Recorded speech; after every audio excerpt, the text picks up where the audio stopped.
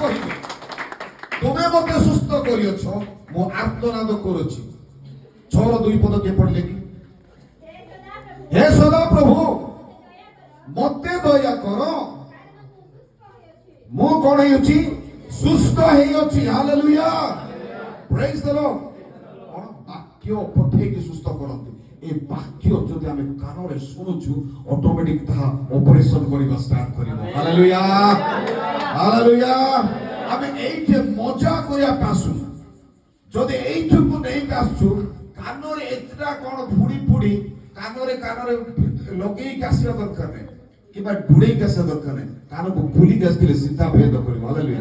ଆଉ ସେଇ ବାକ୍ୟ ଯେତେବେଳେ କି ଭିତରକୁ ପ୍ରବେଶ କରିବ, ସେତେବେଳେ ତା ଅପରେସନ କରିବ। ହାଲେଲୁୟା, ଅପରେସନ କରିବା ଷ୍ଟାର୍ଟ ହବ।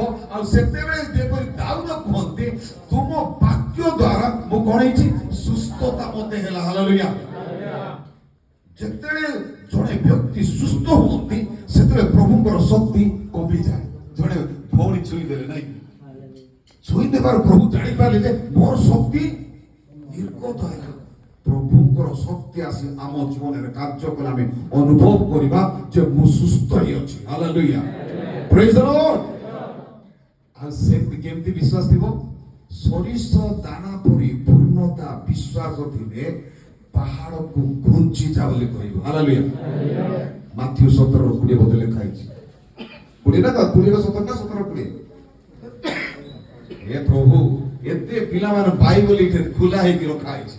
ପିଲାମାନେ ଏତେ ସୁନ୍ଦର ସୁନ୍ଦର ବାକ୍ୟ କହୁଥିଲେ, ମୋତେ ଆଶ୍ଚର୍ଯ୍ୟ ଲାଗୁଥିଲା ଯେ ବାଇବେଲ ଏଠି ପ୍ରଚାର କରିବା କି ଆସନ୍ତୁ ନାହିଁ ବୋଲି କହିଥିଲି। ଏତେ ବାଇବେଲ ଏଠି ଜାଣିଛନ୍ତି ଲୋକ, ଆମ ପିଲାମାନେ। ହାଲେଲୁୟା, ପ୍ରେଜ୍ ଦ ଲର୍ଡ। 17:20 ପଢନ୍ତୁ। ସେ କୋଉମାନେ କହିଲେ?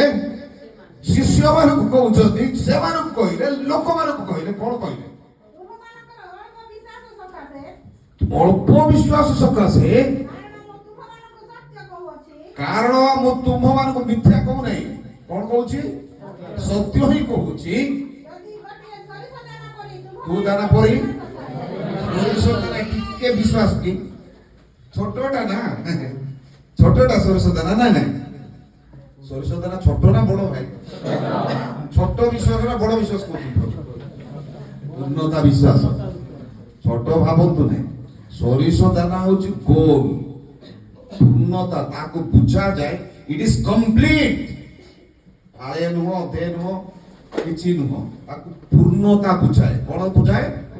ପୂର୍ଣ୍ଣତା। ସୋରିଷ ଦାନା ହଉଛି କମ୍ପ୍ଲିଟ ରାଉଣ୍ଡ। ଆଉ ଯଦି ତାକୁ ଭାଙ୍ଗିବେ ବି ସେଥିରେ କଣ ଅଛି? ସୋରିଷ ହିଁ ବାହାରିବ। ତାକୁ ପୂର୍ଣ୍ଣତା ବୋଲାଯାଏ, ଫୁଲ କନଫିଡେନ୍ସ। ତାକୁ ଫୁଲ ଫେଥ ବୋଲି କୁହାଯାଏ। ପୂର୍ଣ୍ଣ ବିଶ୍ୱାସ ଜଣଙ୍କର ଯଦି ଥାଏ, ତାହେଲେ ପର୍ବତକୁ ଘୁଞ୍ଚି ଯା ବୋଲି କହିଲେ କଣ ହବ? ସମୁଦ୍ରରେ ପଡିବ, କେବେ ଦେଖାଯିବ ନାହିଁ। ଯଦି ପୂର୍ଣ୍ଣତା ବିଶ୍ୱାସ ପ୍ରଭୁଙ୍କର ଶ୍ରବଣ କରୁଛୁ, କଣ ବାକ୍ୟ ଶ୍ରବଣ କରୁଛୁ, ଯେତେବେଳେ କି ପୂର୍ଣ୍ଣତା କର୍ଣ୍ଣ ଖୋଲିଛୁ, ଆଉ ସେଇ କର୍ଣ୍ଣ ଦ୍ୱାରା ଯେତେବେଳେ ବାକ୍ୟ ପ୍ରବେଶ କରୁଛି, ଯେତେବେଳେ ଯେପରିକି ଆଜି ଏଞ୍ଜିଓଗ୍ରାମ କଲା ବେଳେ କିଏ ଜାଣିଛି? ଏଞ୍ଜିଓଗ୍ରାମ କଲେ କୋଉଟେ ଫୋଡା ହବ? ଏଞ୍ଜିଓଗ୍ରାମ ଜାଣିଛନ୍ତି କି? ଯୋଉ